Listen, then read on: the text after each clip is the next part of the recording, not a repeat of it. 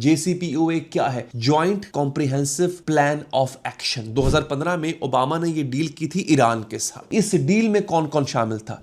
America, बर्तानिया, France, Germany, रूस और China और ईरान। JCPOA की शर्तें क्या थी दोस्तों? पहली शर्त थी कि यूरेनियम एनरिचमेंट सिर्फ 3.67% तक होगी अगले 15 साल के लिए। दूसरी शर्त थी सेंट्रीफ्यूजेस सिर्फ 6104 जो है वो आप बना सकते हैं और 10 साल के लिए बना सकते हैं। तीसरी शर्त क्या थी?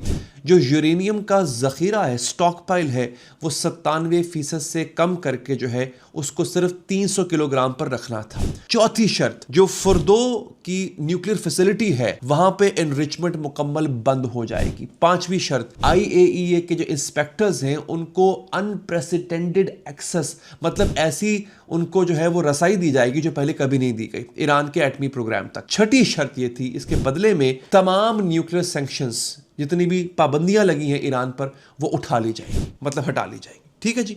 2018 में जब ट्रंप की हुकूमत थी, उसने JCPOA से खुद को निकाल लिया, उसने ये मुआहदा खत्म कर दिया बखुद से। कुछ ईरान ने खिलाफ वर्जी नहीं थी, लेकिन उसने खुद से ये मुआहदा खत्म कर दिया।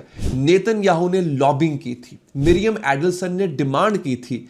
नेतन्याहू चाहता था, उसने मिरियम एडल्सन से कहा और मिरियम एडल्सन ने ट्रंप से कहा कि इस डील से तो ईरान को फायदा हो रहा है। हालांकि इससे इनका सबसे बड़ी जो इनकी ख्वाहिश थी कि ईरान न्यूक्लियर वेपन ना बनाए, वो नहीं बना रहा था, लेकिन इस डील को खत्म किया। रिजल्ट क्या निकला?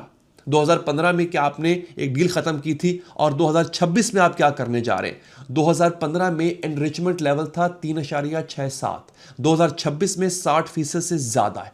2015 में सेंट्रीफ्यूजेस थे 6104 पुराने मॉडल के, 2026 में इससे कहीं ज्यादा हजारों हैं एडवांस्ड मॉडल्स के।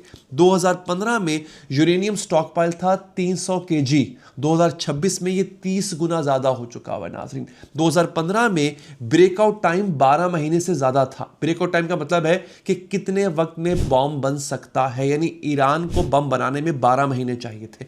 2026 में ब्रेक टाइम 0 है। इतना मटेरियल है ईरान के पास कि वो एक हफ्ते में मिसाइल बना सकता है, सॉरी एटम बम बना सकता है, या इससे भी शायद कम वक्त में। 2015 में हुर्मुज़ पे ईरान का कंट्रोल नहीं था, 2026 में मुकम्मल कंट्रोल है। अब जरा समझिए ये कैसे इंपॉर्टेंट है। 2015 में ईरान के पास कुछ नहीं था, 2026 में ईरान के पास सब कुछ है। और अब ट्रंप वही चीज मांग रहा है जो ओबामा को 2015 में मिली थी, लेकिन ईरान अब ज्यादा मांग सकता है बदले में, क्योंकि अब ईरान के पास लीवरेज है। और सबसे बड़ी लीवरेज क्या है ईरान के पास? हुर्मुज़ है। और ईरान ने यह भी साबित किया है कि वो आपके अटैक को सह भी सकता है नाज़रीन।